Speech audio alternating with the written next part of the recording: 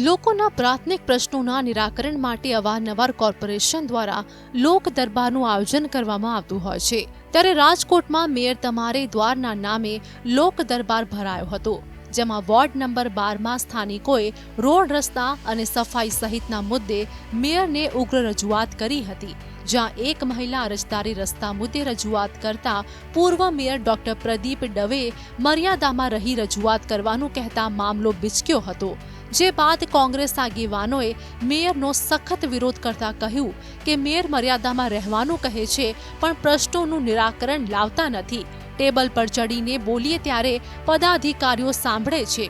જણાવી દઈએ કે કોંગ્રેસના પૂર્વ કોર્પોરેટર કનકસિંહ જાડેજા રજૂઆત કરતા ટેબલ ઉપર ચડી ગયા હતા, જે બાદ વિજિલન્સ પોલીસે કોંગ્રેસ આગેવાનોને ખસેડ્યા હતા।